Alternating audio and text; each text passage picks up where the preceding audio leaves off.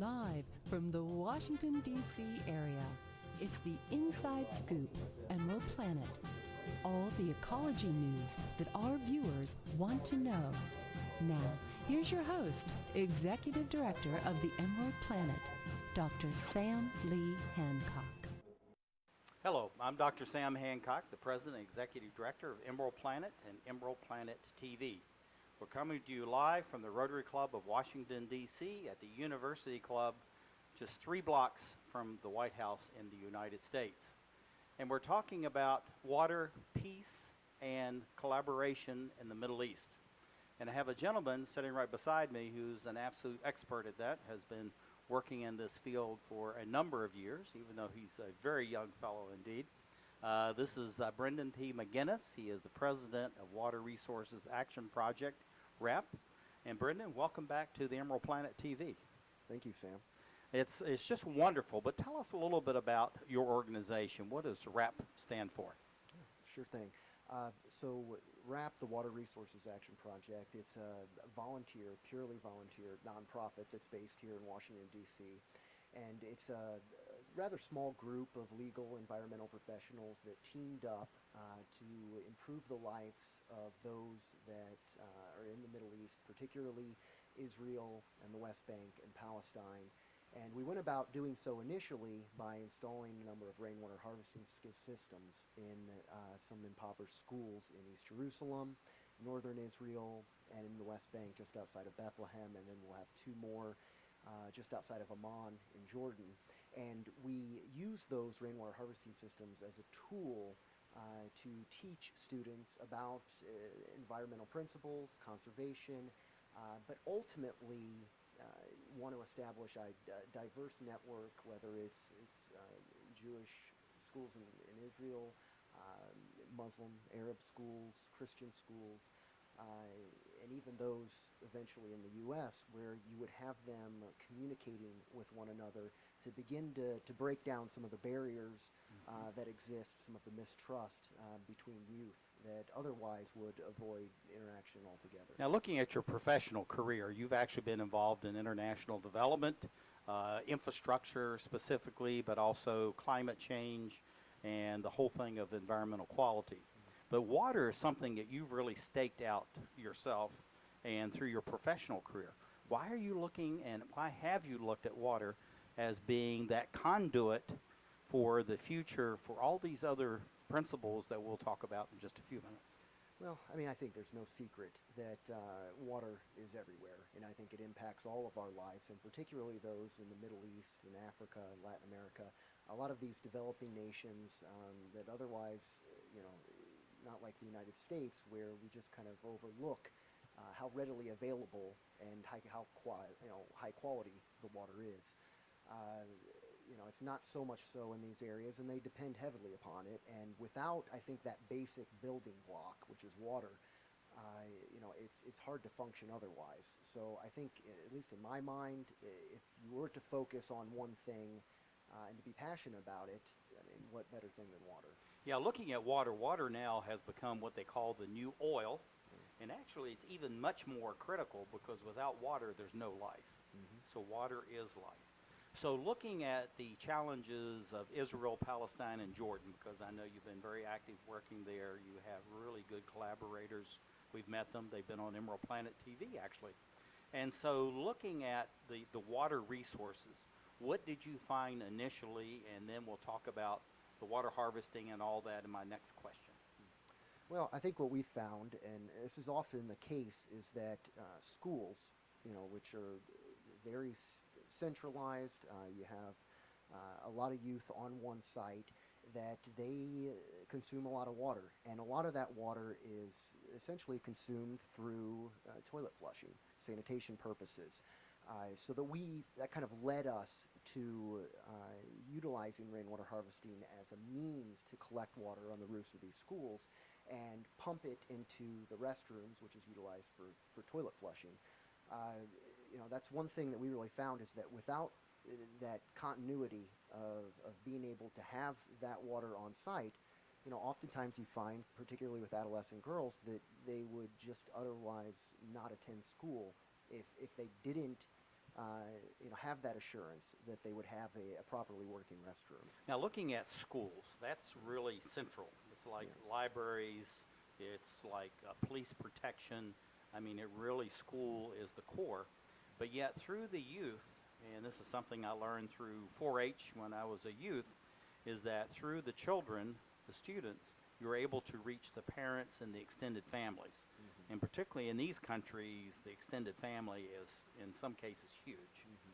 So how are you seeing through the impact you're having at the schools involving the students, that in turn was able to help reach out into the community in ways that maybe was never even conceived before the project was started? I mean, that's a great question. And I think you touch on an important point that a lot of the projects, when we enter into a partnership with a school, you're truly entering into a partnership with the community. And not only is some of the water used for toilet flushing, but it's also used for community gardening in many cases.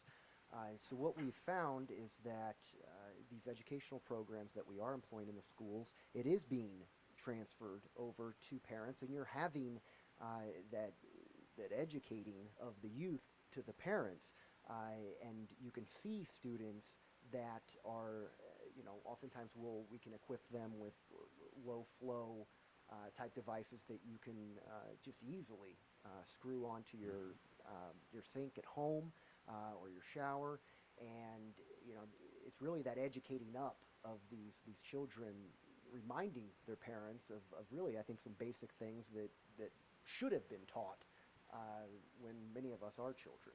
Yeah, looking at this and going to the water harvesting, what you've been doing is actually because of the waste of water.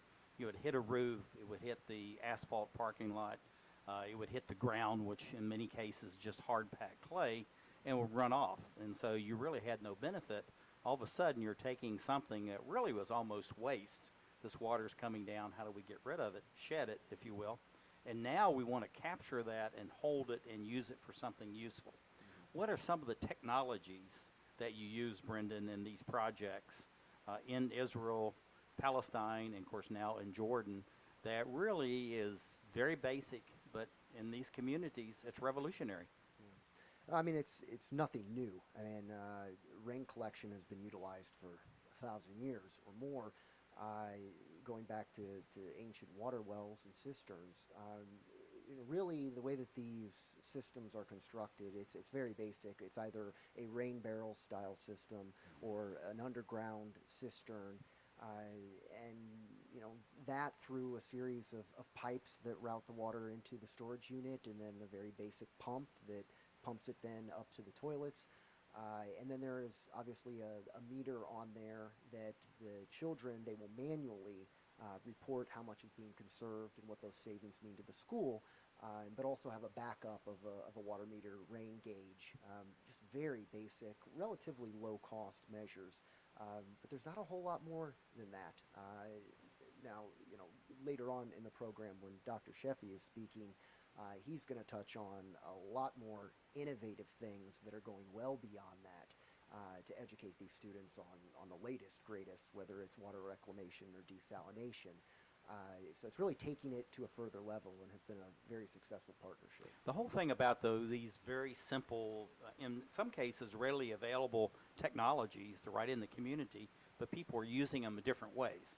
The example of, you'd have water tanks that are used for watering cattle and what have you. Oh, if we have these clean, we can use them for the humans, so why not? So we're multi-purposing some of these very basic technologies. But looking at it, because some of these other things are quite expensive, they're large scale, and what you're doing, as I understood it from before, this is off-grid distributed water, if you will, just like distributed energy is becoming very popular in the United States and even in these places that you're working with on the water. So what lessons can the community learn from this that you think is profound and then allows them to invest in maybe something that's larger, maybe more complex, but still off-grid so that they have ample access to it? Well, I think, anytime, the people that are living in these regions, water's scarce, they're well aware of it. I think they're much more aware of what they're consuming as opposed to those in the United States. aside from those that are out west that are starting to do so because they have to. But I think that there's that awareness there. When you are tracking the amount of rainfall you're having and how much water is being conserved and how much, just from a monetary sense, that can save a family or save a school, those just become data points, I think, that can be measured. And when you begin to enable an individual, a school, a community to track those things and to be able to see the impact that it can have and that you're making a difference by not leaving the water running or doing some other basic things, fixing leaks, which is a huge issue, it's really, I think, shine a light on some of the issues that exist and some very simple ways that you can address them. Now, you're also having a profound impact on the environment. We talked about the water hits, it runs off. In many cases, it's taking the topsoil, it's coursing through the waterways and very negative impacts. Also, you're able to use this to grow vegetables. You were talking about the school gardens. So looking at the ripple effect, no pun intended, how do you see the multipliers of having this kind of project? Well, I think that touching on just the gardening aspect, again, when you're looking, whether you're looking at rainwater harvesting, whether you're looking at community gardening, you have to understand that in the grand scheme of things, it is having a very small impact. And when you look at the dollars that RHAW is putting into that to construct one of these, oftentimes it's not the most practical approach that an individual would want to employ. But when you view it in the context of you are using this mainly as a teaching principle, and I think when you start looking at community gardening, what you're really looking at is healthy eating. And I think that is what we want to get across to these children. It's not just looking at what the water can provide, but how much water does it take to grow certain crops? Which crops should you grow in certain areas? And I think it's that eating local, fresh, and more healthy options than things that are processed and require a lot more water. Well, we just ran out of time. Every time we get together, that seems to be the case, whether it's at the Rotary Club or here on Emerald Planet TV. What do you see for the growth and expansion and importance of RHAW over the next 5, 10, 15 years? And we have about 30 seconds to do all that. Well, I think one big thing is that we have partnered up with a lot of different groups that are doing good work. High Teach with Dr. Amnon Shefi, who is going to be speaking through the Rotary Hands Across Waters program. That has really provided us, I think, the capacity to be able to support him and his group and a lot of the things that Rotary is doing throughout Israel. And I think there's a lot of growth there. And I think that we would view that as we're pleased to be able to be a part of that and to be able to assist in their efforts as well as other groups that we're supporting them here. And also the Eco Peace and the Friends of the Earth, Middle East, and all these things. You're doing absolutely excellent work. Thank you for being with us. We have Brendan McGinnis, who is the president of Water Resources Action Project. I'm Dr. Sam Hancock of the Emerald Planet TV. Thank you very much. I need a job. Necesito trabajo. I would like to speak English better. Me gustaría hablar inglés mejor. I want to be a U.S. citizen. Quisiera ser ciudadano de los Estados Unidos. For over 35 years, Por más de 35 años, the Hispanic Committee of Virginia has been serving our community. el Comité Hispano de Virginia ha estado sirviendo a nuestra comunidad. Job training and placement, Capacitación, ayuda para conseguir trabajo, education for children and adults, educación para niños y adultos, immigration, naturalization, and medical referrals. ayuda para los procesos de inmigración y naturalización y orientación sobre médicos Are a small part of what we do. son solo una pequeña parte de lo que hacemos. For help, information, or to volunteer, Para ayuda, información o para ofrecerse como voluntario, contact the Hispanic Committee of Virginia, comuníquese con el Comité Hispano de Virginia, helping everyone participate more fully in American society. ayudando a todos a participar plenamente en la sociedad norteamericana.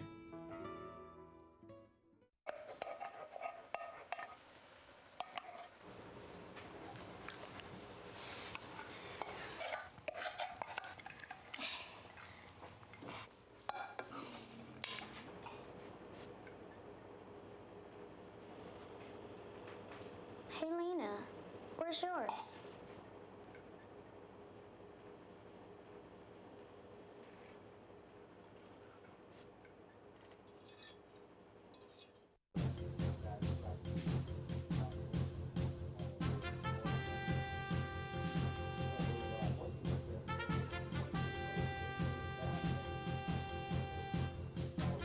We're back to the Inside Scoop Emerald Planet.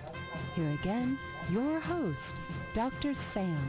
Hello, I'm Dr. Sam Hancock, the President and Executive Director of Emerald Planet and Emerald Planet TV. We're coming to you live from the Rotary Club of Washington, D.C. in the United States, University Club just 3 blocks from America's White House. And we're talking about the topic of water, something that's key. Water is life. And I have a gentleman sitting right beside me who is actually bringing life to Israel and into the Middle East through the projects he's working on. Through one, High Teach. We'll talk about that in a few minutes. Also, he's the implementer of a project called Rotary Hands Across Waters. And this is Dr. Amnon Shefi. And we're welcome to Washington, D.C. and to the Rotary Club of Washington, D.C. Thank you very much. It's a pleasure to be here. It's really interesting what you're doing. You're in an area that has very interesting neighbors, if we can say it that way, very delicately. But at the same time, you're having a profound impact across all the different societies and cultures there. And you're doing it, as I understand it, through the medium of education, but also tying water to that. So tell us a little bit about what High Teach is all about. And then we'll go into the special Rotary project, which is called Rotary Hands Across Waters. Thank you very much. I would gladly will. Talking about High Teach is easy. High Teach started out as an education endeavor, as an initiative aiming at very futuristic education to expose children to very cutting-edge technologies, challenges, and show them the change, because it is knowledge that's growing and doubling every year. And when you think about children, it will be 10 years until they get active in their mature life. Knowledge will go by 2 to the power of 10. And this is by 1,000. That's just incredible. Inconceivable. It's incredible, yes. And so High Teach was aiming towards making an education that looks to the future. Now, looking at leveraging the High Teach, tell us a little bit about the base of that, its mission and vision, and how that really then became the bedrock or the launching platform, if you will, for the Rotary project called RHAW. So what we're doing is we're actually looking at challenges of the future, challenges that will engage the students, challenges and solutions. So that brings on board science, which is appealing to schools and appealing to children. So what we do is we look at those challenges and solutions and apply them as curricular material, applying to physics, to biology, and what have you. But we are looking at the future aspects of the things. And so this is true with High Teach in general, with many areas. And we focused 11 years ago on water as an initiative, and it just grew onwards. And when the Rotary elected to place water and sanitation at its focus, they approached us and asked whether we would be willing to participate, join, collaborate somehow, and by all means we were open to it. There was no idea at the time of whether there was going to be any financial support or otherwise. It was just the Rotary wanted to take part in that and promote it, and we were very glad to do it. And that eventually grew to a very successful program, which now brings water and sanitation challenges and solutions to children across the country, across communities, diverse communities working together, and that's how this evolved. Now, looking at the educational staff, the teachers, the administrators in these schools, in some of these you have Israeli, you have Arabs, you have Palestinians, so it's really mixed, yet they may have their own schools with their own individual communities. But looking at the staff members, how have they looked at this in terms of the national curriculum, which you have in Israel, and they want you to go through the various steps for whether it's STEM or liberal arts and all that. So how has this been adopted by faculty members vis-a-vis the nation-state mandated curricula? With difficulty. And the challenge is that it's sort of strange. They're not their regular curriculum. And it was really up to us to realize it and to understand we err if we try to pose it as a topic in itself.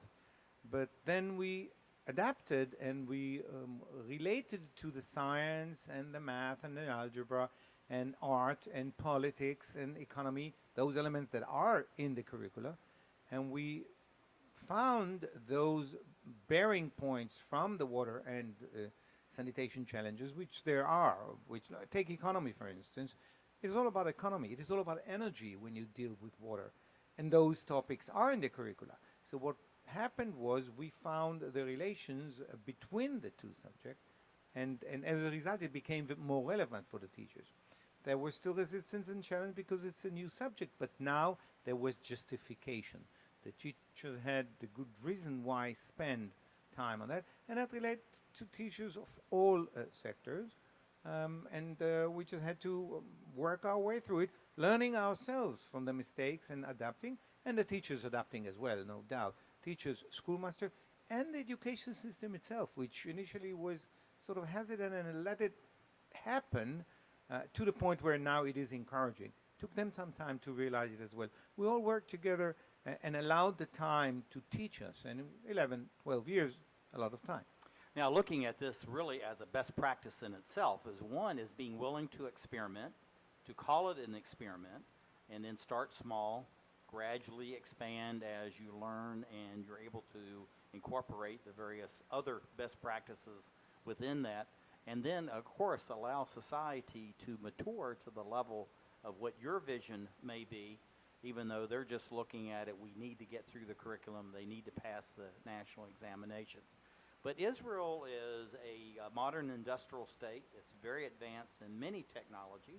That is in the areas of water, water management, water resource conservation, and also to create new sources of water, which is quite an interesting concept. And when you're looking at these kinds of technologies and innovations in such a progressive country as Israel, are these technologies applied equally across all of the different communities based on socioeconomic and, of course, their religious backgrounds? If yes, why? If no, why not? It's a very challenging question, very important one, and the answer to it is yes, it is applied broadly. Various places, cities, town states, and all that are in different states, but they're all promoted, and they all get the same treatment in terms of governmental support and encouragement and even supervision and so forth. So within Israel, Jewish and Arab population, and there are diverse and very dispersed communities, the relations is really pretty much identical. And in fact, we have one water company in the village called Shfar'am up in the Galilee, where the water company, the local water company run by Dr. Hijazi, is very advanced and very proud of their achievement. And in fact, they joined the program, joining and wanting to reflect the educational aspect of having reached such a high level on the water management, to the point where they say that this is something they're proud of presenting elsewhere into the West Bank, Palestinian territory, Jordan, and so forth, because they feel they are equal, talking eye to eye. We have one Arab coach on our team, probably two. My deputy, my right hand in running the program, Mr. Benor, is a fluent Arab speaker and very knowledgeable of the culture and communicate. So it is very even-handed because water is a joint resource. Challenges with water are common to everybody. So you cannot treat the sewage in one village and not treat the sewage in the next door village. It all ends up in the same river. So it's a common problem, a common challenge, a common solution. This also provides, and that is interesting vis-a-vis the education, it provides an opportunity for those young students, and they realize it. So if they become future water scientists, technologists, economists, what have you, they have a chance not only to be part of the system in Israel, or possibly with our neighboring Palestine, Palestinian Authority, East Jerusalem, Jordan, what have you, but worldwide. And so understanding that this is an opportunity, they come on board with enthusiasm, and that applies to their teachers as well. So this is the background, that it is, first of all, realized as a common problem, and second, realized as an opportunity. Looking at this whole notion of tying together pure drinking water, and wastewater treatment. This is something that the world is yet really to discover. We've worked very diligently as far as bringing water, so about 1 billion people still need to have clean drinking water, but 3.5 billion people have virtually no access to any kind of sanitation or wastewater treatment. But yet you've linked these two together, much to your credit. Tell us about this link and why is it so important to the people both listening in the United States, but also all the countries abroad, of why we must link clean drinking water with wastewater treatment.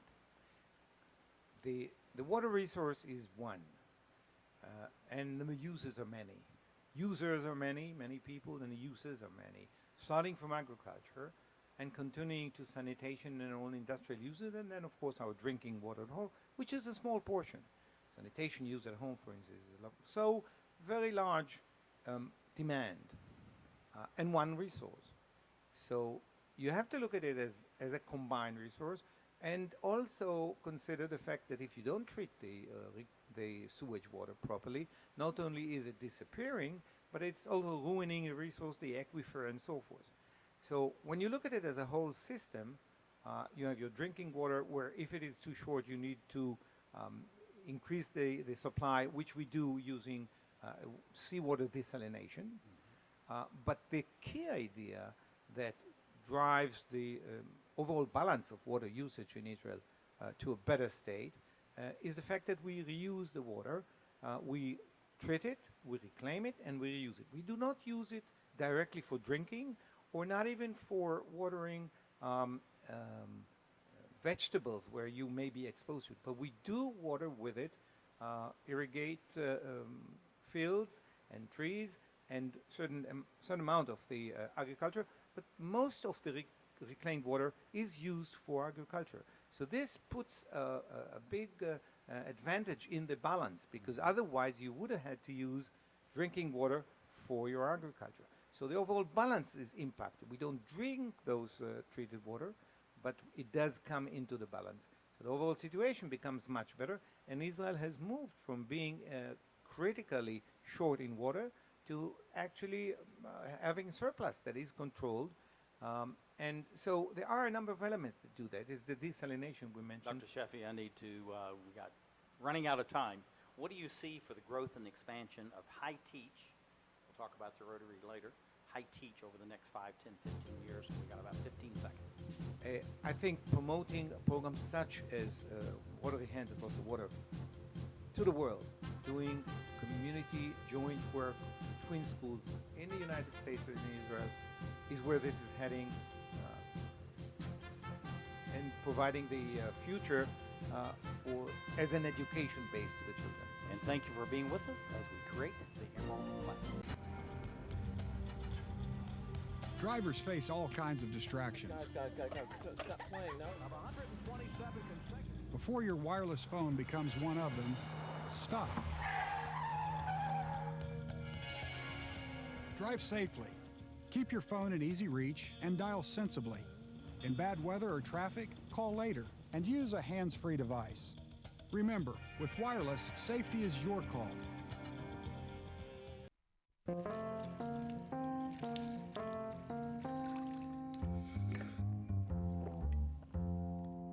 Here, kitty, kitty. Here, kitty, kitty, kitty. Here, kitty, kitty. You'd think it would be easy to tell which kids have trouble with their eyesight. But that's not always the case. Even though 1 in 4 children may have a vision problem, eye doctors tell us the symptoms aren't always so obvious. We do know that 80% of all childhood learning is visual. And without good vision, kids can have trouble learning to read and may fall behind in school. For clues on how to spot the real-life signs of childhood vision problems and what parents can do, visit checkyearly.com. A public service message from the Vision Council of America and Reading is Fundamental.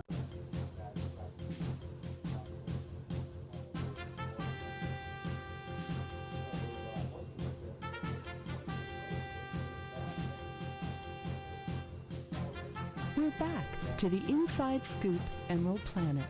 Here again, your host, Dr. Sam. Hello, I'm Dr. Sam Hancock, President and Executive Director, coming to you live from the Rotary Club of Washington, D.C. at the University Club, only 3 blocks from America's White House. And we're talking about the world, specifically taking into the Middle East, Israel, and the surrounding countries on the topic of water, but also through education and then cross-cultural communications and cross-cultural collaboration. Very important to do that in today's 21st century world. And I have sitting right beside me Dr. Amnon Shefi. He is the founder of High Teach and also the implementer of a Rotary International project called Rotary Hands Across Waters, RHAW. And this is a very innovative program. And Dr. Shefi, thank you for being with us. A pleasure. Now, going to the High Teach, just give us a quick review of this, because this may be a new audience. And then we're just going to quickly go right into RHAW, Rotary Hands Across Waters, what that means, and then the implications of that. High Teach, as the name may imply, takes cutting-edge technologies and science and brings it to the classroom in a STEM-type approach where we're teaching the children with a vision of the future, looking through the windshield rather than through the window, through the mirror on Newton and Pascal law and so forth, through the windshield into the future, with science as a background. I think that's absolutely fantastic.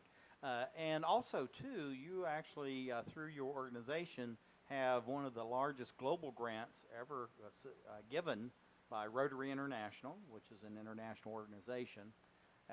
Tell us a little bit about what is Rotary International and why is Rotary International so important not only to Israel and the surrounding neighbors, but to the world? We've come to know Rotary International through the involvement of Rotary in Israel first, and then some clubs in the U.S. And then Rotary International supported their activity. So it starts with local activity of the Rotary, with clubs, a host club, and some international support club.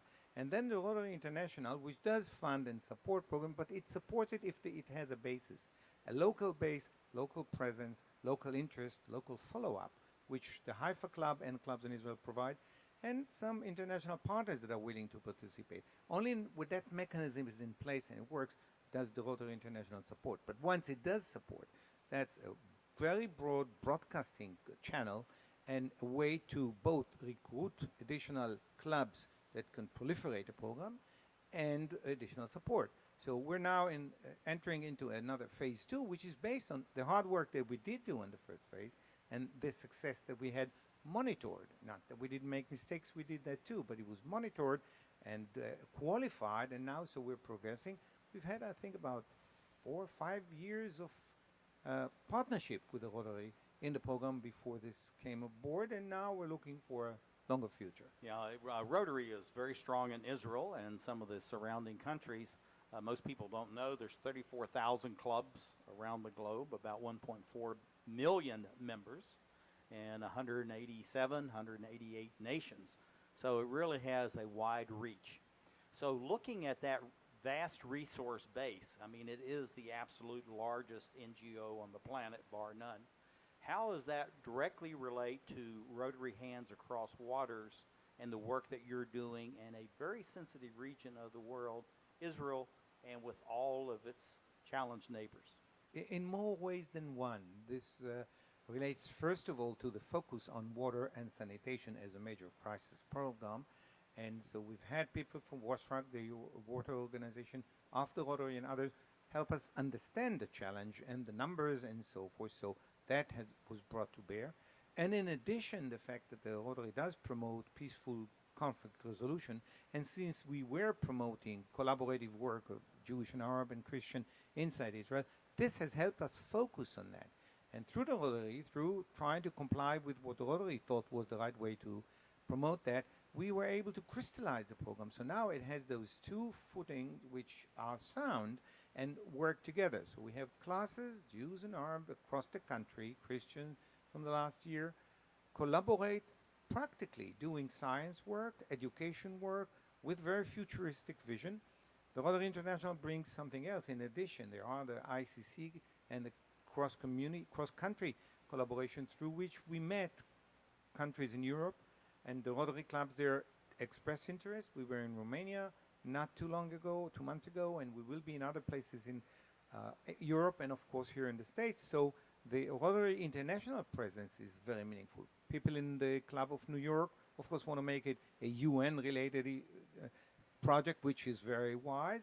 And obviously people in Washington, D.C. would reflect the American might and importance in this project. So as you see, the Rotary has a lot of connections, a lot of implications and bearing that it brings to the program.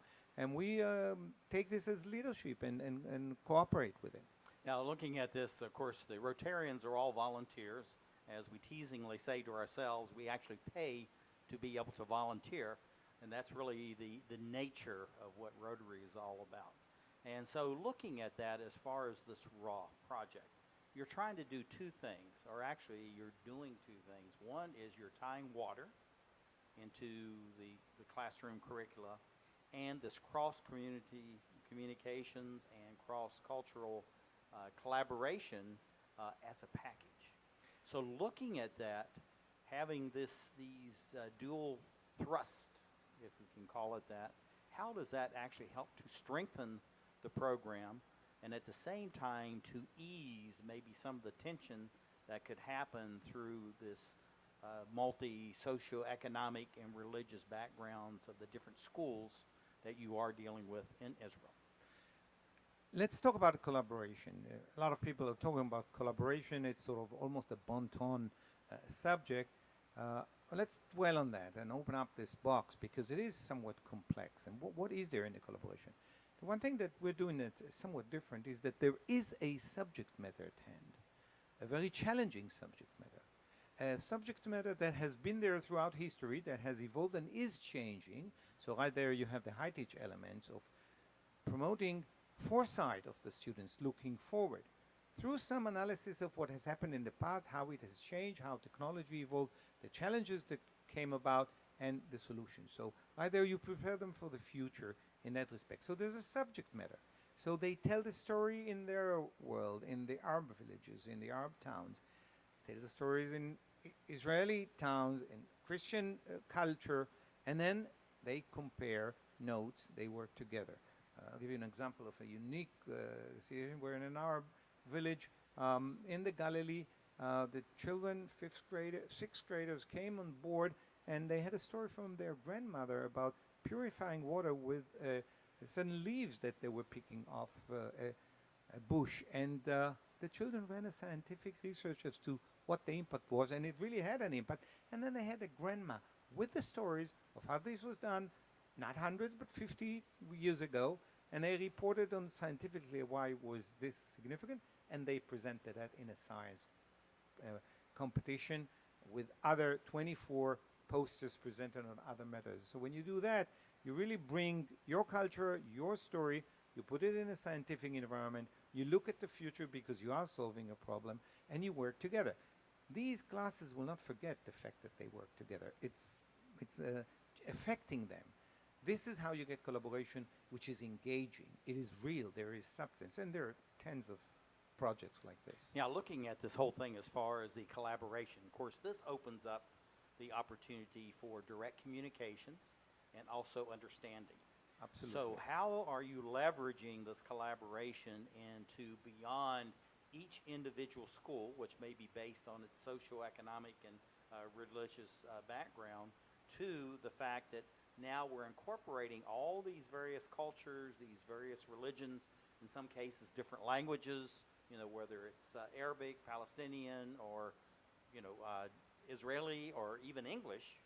How are you meshing all that together so then they see this is one world, we all have the same challenge, water, which is really a good common focus, and we can use this to the advantage of all of us for the future? So just as you said, it's the communication. So just when you have a goal of having them work on a project and say share their product, have it cross-reviewed, for instance, which we've had among a couple of, or have the teachers collaborate when they need help. And so the teacher cross-support each other. We had a teacher from East Jerusalem and a teacher from Kiryat Gat, a man and a woman, and they were collaborating. The lady needed some support, which the teacher from East Jerusalem happened to be an expert in botany, and so he guided her. The following year, it just so happened that it was the teacher in the Jewish school that was the expert on the subject, that there was lacking information in Jerusalem, so it went the other way around. So all of a sudden you had the teachers collaborating over the phone, actually helping each other. Or when you have students realize that mutual work looks different, or even mundane things like selecting a date for a meeting. See, the Muslims have Friday as a day off. We Jews have Saturday as a day off. Christians have Sunday as a day off. Just to try to set a meeting requires a lot of adaptation and flexibility, and let alone the subjects better and so forth, vacations and so forth. So now all of a sudden you know the holidays and when they take apart. You learn something about it. So the mundane, simple thing is what makes it. And all of a sudden you realize there are people around and you become friends. And we actually have a number of teachers that became close friends because the students keep going, so they don't maintain that friendship. And also you have to be very careful about it, talking about children communication. And we're gliding in time, but I think it's worth it because you don't always want the children to communicate directly, because with email, internet, and so forth, you don't have control over what happens, and it can start one way and evolve to another way. So you really want it controlled. You really want to do it wisely. With the teachers, it's easy, and then you bring the children together. And so we're building it gradually. There's a lot of wisdom, a lot of cautiousness put into building this relationship. And this way, it turns into real communication, because otherwise, it's superficial. Now, we're just about running out of time. We have about a minute left. And so looking at the Rotary itself, Rotary International, and the support that you've been giving, and looking at the local clubs in Israel and their involvement, because they're providing not only money, but also volunteers, personnel, resources of different kinds that are very needed. So how do you see, and this, again, we have to be very quick, how do you see those resources expanding, and how the expansion of Rotary will be helpful to this Rotary Hands Across Waters? We expect the amount of clubs involved in the program, which has been 12 thus far, 6 of them contributing to at least double next year, and same in the US, but more importantly, in other countries as well. We expect a couple of clubs in Europe, and so it's through the clubs, and that brings involvement and financial support, but the involvement maybe is even more important. Well, thank you very much for being with us. This is Dr. Amnon Shefi, who is the founder of High Teach, and also the RHAW, which is the Rotary Hands Across Waters. Thank you for being with us as we look at this very important topic of water. Water is life, as we create the Emerald Planet. How far would you go to protect the planet? I want you to build an ark. Here we go. Okay, that's good. Oh, okay. Ow! Oh! Maybe there's another way. People! The flood is imminent! Is it too much to ask for a little precipitation? Go to fightglobalwarming.com to find out what you and your community can do to reduce global warming pollution.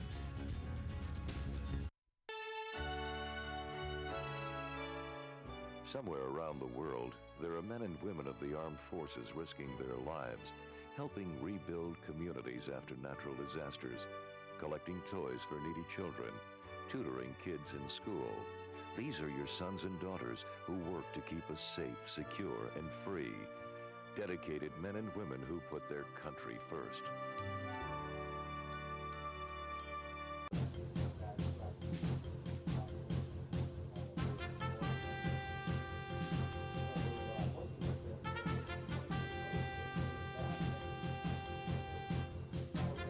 We're back to the Inside Scoop Emerald Planet. Here again, your host, Dr. Sam. Hello and welcome to the Emerald Planet and Emerald Planet TV, as we come to you live from the Rotary Club of Washington, D.C. at the University Club, only 3 blocks from America's White House. And we're talking about the Middle East, focusing on Israel and the neighbors in that area, Palestine, Jordan, and the other countries, but doing it through the lens of education and specifically water. because water is life, and the Middle East, as most of the planet now, is severely challenged as far as water resources. And I have sitting right beside me Dr. Amnon Shefi, who is the founder of what's called High Teach, and he's also the implementer of a project through Rotary International called Rotary Hands Across Waters. And this is something that's going across all socioeconomic and religious groups within Israel and tying them together through the common bonds of mutual understanding, collaboration, water, and of course through the medium of education. Dr. Shefi, welcome to the Emerald Planet TV. Pleasure to be here. Thank you. You have a very interesting way. You have High Teach, and then you have this Rotary International project, which is called Rotary Hands Across Waters. Briefly explain each of those, and then how do we synthesize these two together, and then we're going to start talking about the technologies that have become apparent through this work, these on-site projects, and these national model programs that you've been doing across the country of Israel. Okay, High Teach focuses on futuristic education that exposes the children to the future, to the challenge of the future and the solutions for the future, so that they learn through the windshield, looking forward and not just on the back, physics, law, and so forth. They're futuristic in nature, facing the knowledge growth. Interaction with Rotary International came about since one of our programs deals with water and sanitation challenges, which is another topic very important for the Rotary. We also do it collaboratively between Jewish and Arab and Christian communities in Israel, which is another topic significant and important for the Rotary. Given that those two pillars are there, the Rotary has elected to participate in the program. So there you go. We have High Teach looking at the future challenge of water and solution with Rotary involvement. This pretty much wraps up the foundation of the program. Now you have a very stellar background as far as in engineering, a lot of physics, mathematics. You've been involved in high technology. And of course, Israel is looked upon as being one of the most high technologically advanced nations on the planet. And it shares that technology, but also to be able to enhance the quality of life of all of its citizens, specifically in the areas of water and wastewater, or sanitation, as some people call it. So what are some of the different technologies that are being used in Israel that could be instructive as best practices for, the other 213 other countries and territories around the globe? Well, we do a few elemental things that together form a good solution. We're starting with reclaiming the sewage water, treating it and reclaiming it for agricultural use. We then provide additional resources by desalinating seawater. Those two are prime technologies. Another one is smart use of the water in irrigation through drip irrigation and so forth, by far more effective.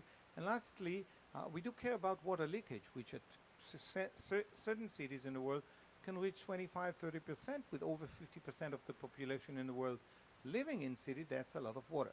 So you have those four technologies, but maybe the most important one is the fifth element, which is the application of those. Applying those technology requires proper regulation, taxing, tariff, and what have you. Recruiting the entire nation to do it was relatively easy in Israel as compared to other places, because we were at a crisis area near on the verge of the desert. Now it's emerging as a challenge in the U.S. as well, when the water is becoming more and more scarce, such places as California, for instance. Applying those rules, recruiting money, adapting the rules and what have you, requires a lot of political clout and willingness to recruit from the entire people. And that's the number 5, applying those technology, managing the entire system together. So these are the 5 elements. 4 technologies, 1 they apply, and really sets a good standard, and it solves the problem in Israel. Now you have very diverse communities, socioeconomic, religious, but also geographic. And they all have their own individual challenges. And so in the United States, as in many countries around the globe, instead of having something as what they call grid-centric, where everything comes from one source that's usually controlled by the government, or some monopoly that eventually needs to get its charter through the governments, is that this distributed off-grid type of use, like simple water harvesting, rain barrels and rain gardens and things like that. How are you including that into this mix, and at the same time involving the students through the high teach, that this is a way that we can solve this problem locally, but also we need to have all these other solutions and technologies as well? Well, answering this question brings really an opening view into thinking, because, for instance, you take sewage reclamation. Sewage reclamation requires nationwide regulation, that you do it to certain standards, and the standards in Israel really are extremely advanced and enforced. But then in addition, you need to store the water in the winter time, where the farmers do have water coming from the rain, to the summertime where it's needed. Because of reservoirs across the country, about 700 and somewhat odd huge reservoirs like this, you need to allocate land for that. Then in addition to you need to build a whole different supply system, which in Israel is painted in purple, to differentiate it from water supply and from sewage.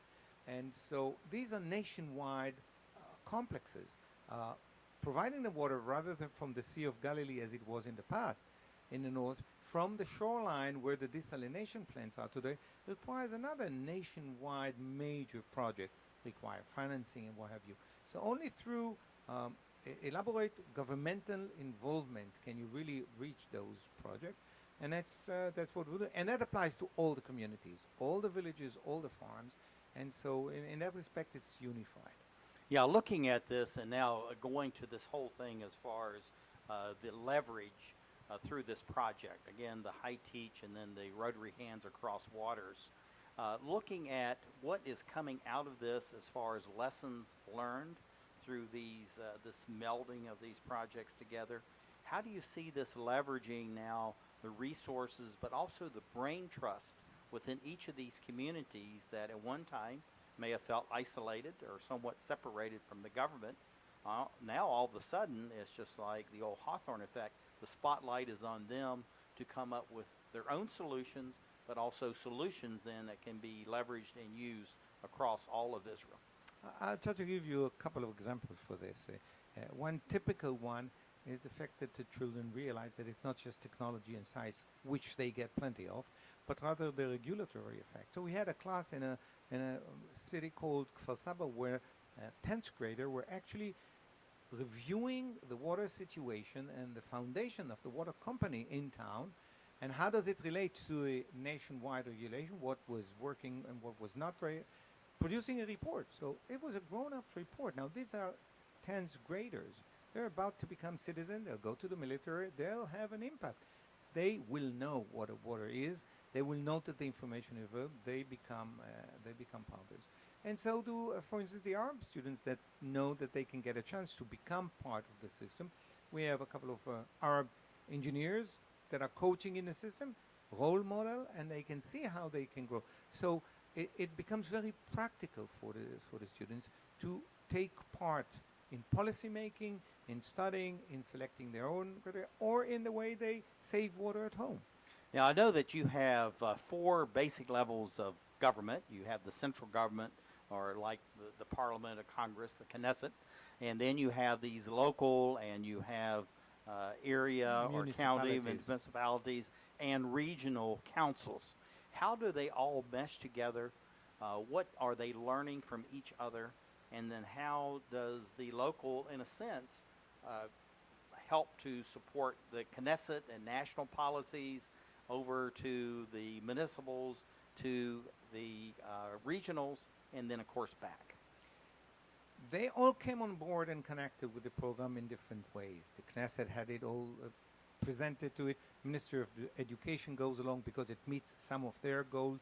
Ministry of Education comes along because they want to bring the children close to this industry which is growing and needs people. The local municipalities just want to encourage good and excellent teaching at school. They care less about water because it has been diverse from the municipalities in Israel. Water companies are separate entities. They have an interest in the program to present what they do in the cities in maintenance of the water piping and sewage and so forth. And if they can get students from the town to come and visit the brand new sewage reclamation plant and see all the beauty about it and the challenges, they're all happy to do it and may even contribute financially to develop such content. So all of those elements come together in their own way, and we adapt to their needs. And this is really what makes this program go forward, such as the relationship with the Rotary, because we found a way where this is relevant to the Rotary, and the Rotary found a way where this could really be helpful in Israel and elsewhere.